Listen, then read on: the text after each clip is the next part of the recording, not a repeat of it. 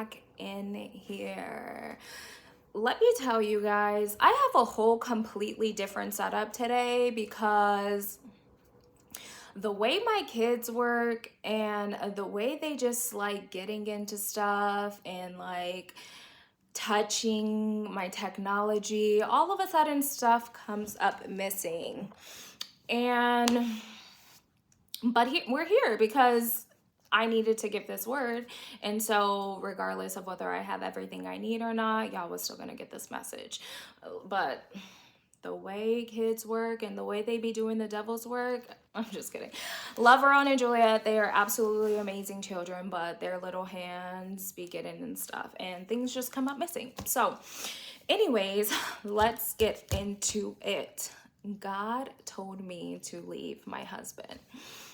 And I know y'all super Christians out there clutching your pearls and then like, God hates divorce. But some of y'all are sitting there sleeping married next to your trauma, but we will get into that a little bit later. Anyways, so God told me to leave my husband.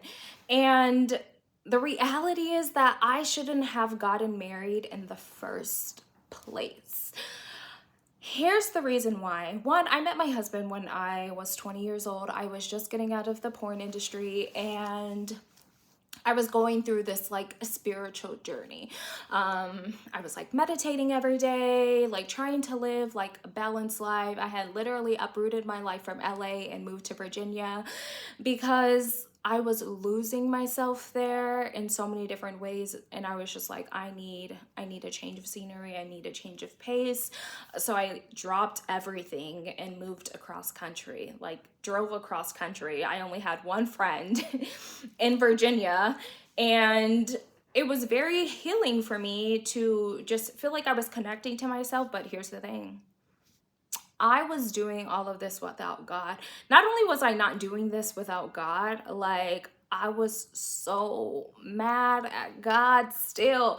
Like I went through this whole period of feeling like I was atheist, and anyways, that's just due to like my own personal traumas in the church with my dad being a pastor, and I just didn't believe in God. Like I was just like, it doesn't make any sense the way this person, right? This idea of who God is in my life has so much God and is able to abuse their family and utilize drugs. So I really struggled with Christianity, but that's a completely different story. We'll get into this another time. But so I went back to LA to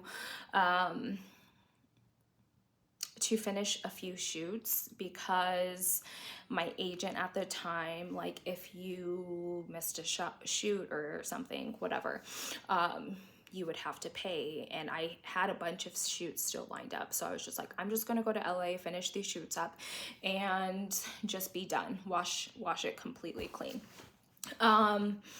And I remember going to the bank right when I was about to leave just to like deposit checks, more so like cash deposit checks, because sometimes in that industry, sometimes people are just weird. And I was like, I'm not about to be hunting down people for my money in a completely different state. So I went to the bank, and that's where I met my ex-husband. We had like a mutual friend, and we exchanged numbers. And when I tell you, he was like the knight in shining armor that I felt like my soul needed. That's exactly who he was. Like there was an element of him not talking to me about sex. Like he was like super like romantic in the text messages that he would send, and like which is like who I am. And so it just spoke to me in such a different way. But again, I lacked discernment because yeah, I was like on this spiritual journey, but like what spiritual journey if you're not doing it with God? But anyways, to each its own. Yeah, so anyway, so fast forward, whatever, we have Rowan, move to Minnesota, we get married. And when I rededicated my life to God, not only did I rededicate it to him. But like I went full force. Like I was serving in the church, I was in an internship, and before we actually got married, I felt like, well, I know God was telling me to let go. And it was very surrounding my relationship. And I had such a peace. And here's the thing, like, you guys have to understand the difference, right? If it is the devil talking to you, there is always going to be anxiety associated with it. And this is something that I have learned to discern through my walk with God, is that when the devil is speaking with you to you, it is always going to come with anxiety. It is always going to come with fear.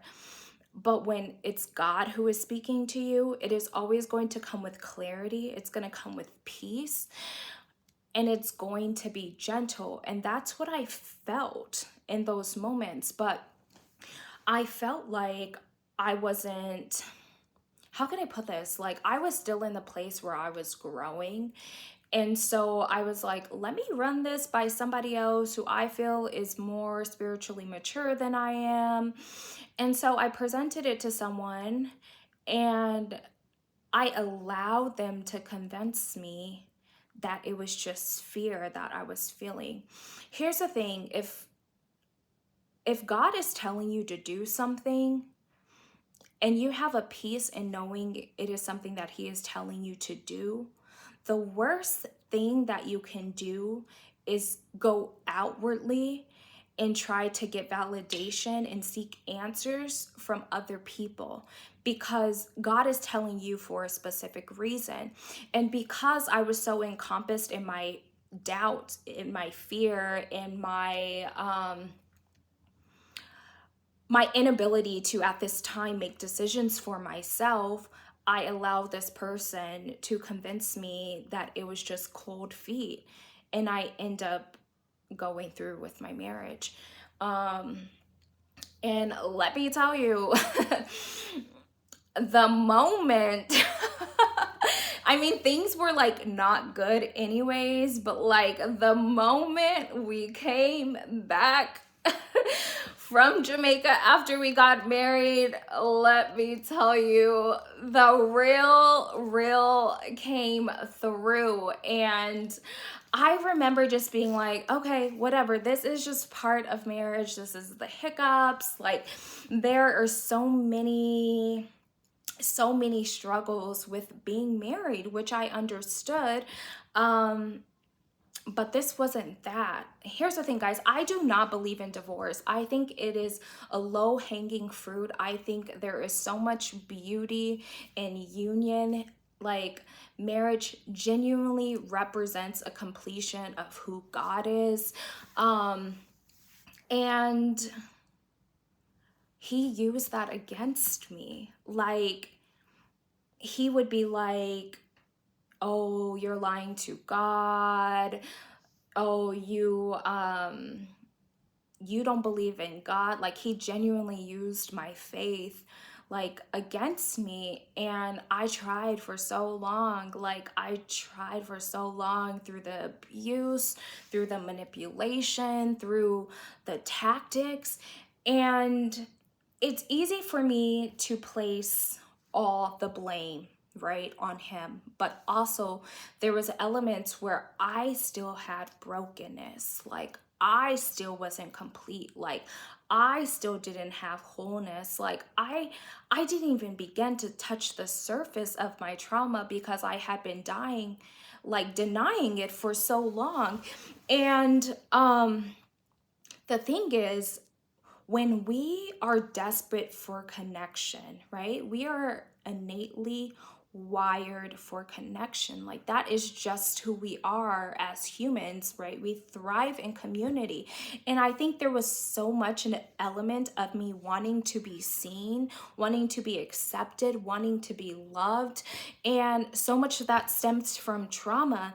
And when we have a desperation for connection, that is the worst time to get in a relationship, because you are now willing to accept any offer that is presented to you. And I'm not saying everybody has trauma, right? But there are a lot of things that we need to work on internally to be complete with ourselves before we actually invite another in.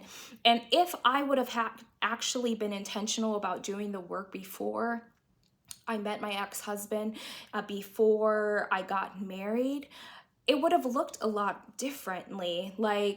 But there are no regrets for that experience. It genuinely allowed me to not only grow as a person, but grow stronger in my faith and my understanding of God, to the point where right now, you can't allow me to get out of my element. There is nothing that I am willing to hold on to the point where I lose myself. And I think it's important for people to realize that, if you are holding on to a connection so tightly to the point where you are abandoning yourself, you're abandoning your morals, you are no longer aligned with your values, that is a need for you to do a deep reflection of, what is it about this person that is pulling out the toxicity in you in order to be accepted, in order to be loved? And as I prayed, and as I, tried to change myself, I was reading these books about power of influence, of changing your behavior so that way you can change your husband. I was very intentional about trying to do the work and trying to allow it. But I realized that most of it, not to say that you shouldn't fight for a marriage, but most of the reasons why I held on so long, despite knowing what I felt, is because there was so much shame in being a single mother. And not only was there so much shame in being a single mother, there was fear associated with how am I going to financially provide for my children, knowing that I have been a stay-at-home mom, know that I have not touched a bill in God knows how long. And also being who will accept me as a mother of 2 children, as a divorced woman? And the thing is, the enemy will get into your ear if you allow him to. He is going to bring up every single insecurity that you have lingering inside of you that will always force you to stay in a relationship before it has well ended. And I think once I realized that not only was I changing, I realized that in me changing who I was, and through my process of becoming numb, I was no longer present for my kids. For a while, I was literally just a shadow in the room. We would be spending time together, me and my kids, and there would just be nothing inside of me. All of the life was sucked out of me. And even when I would work an overnight, I'd come home and I'd sit in the driveway and I'd have so much anxiety because I didn't know what I was coming into. I didn't know what type of environment I was coming home to. And once I released the shame of being a single mother, once I released the shame of being a divorced woman, God was able to actually step into those places, because I made a declaration to God in the beginning of 2018 that I allowed him to step in and remove everything that was keeping me away from him. And my marriage was the first thing to go. Like I said, I was so ingrained in the church. I was serving in ministry. I was in an internship. I was full throttle. And my husband was trying to pull me out of that. It was he didn't want me in the church. He would make all of these things harder in my life for me serving God than it actually needed to be. And he's such a great human being, whatever. We are good friends, divorced, we co-parent very, very well, but the reality is that that wasn't the relationship for me. And we need to stop seeking out relationships that confirm our trauma or us hiding who we are in order to be loved. I know for a fact that I was actively seeking out people who are different, who would surprise me. And they definitely held up their end of the bargain because I was surprisingly traumatized in the process.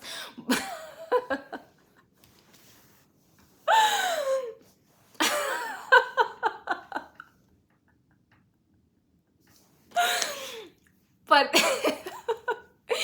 eventually, when I left, I knew that I made the right decision. Even though there was so much baggage that came with that, so much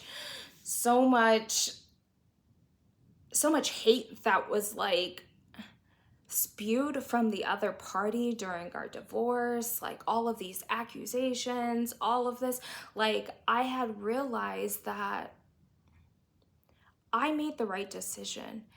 And if I would have actually avoided allowing someone to convince me, I would have never been married.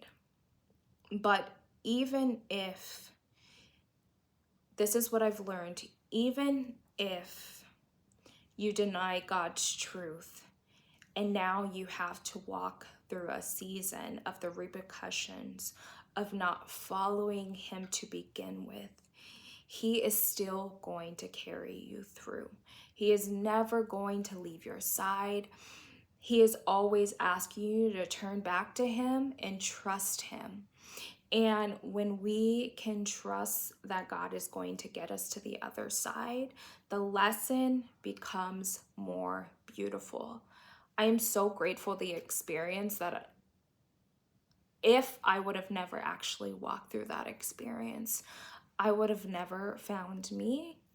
I would have never found God, or at least I don't think I would have. I really would have been in a completely different space in my life. And the trials and tribulations that you experience along the way make it easier to have no other reason not to trust God. I hope you guys got that from something from that. Realize that the work that you do on yourself is the work that is going to carry you through to the partner that you actually need to be with. Love you guys. Be blessed.